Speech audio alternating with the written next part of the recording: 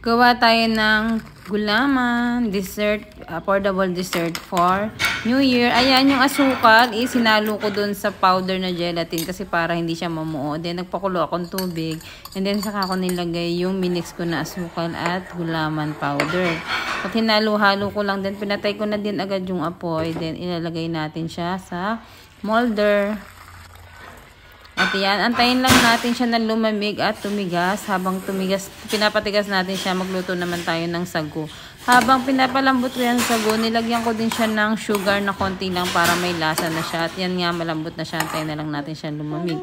And then, nang lumamig na yung gulaman natin, matigas na siya, hiniwa ko siya into cubes. Ganyan. And then, naghiwa din tayo ng mango in cubes. Kinubes ko din siya. And then, yan nga, paghahalu-haluin na lang natin siya. Mix-mix na lang natin yung mga ingredients na. Ayan. Medyo malamig na rin yung sago. Ihalo natin siya. At lalagyan natin siya ng isang ingredients na lang yon, yung creme densada, cheese. May cheese na yan. Then, condensed at saka all-purpose yan. Sa isang can, kompleto na siya. Kaya yan na lang binili ko para mas affordable siya. At yan nga, creme densada.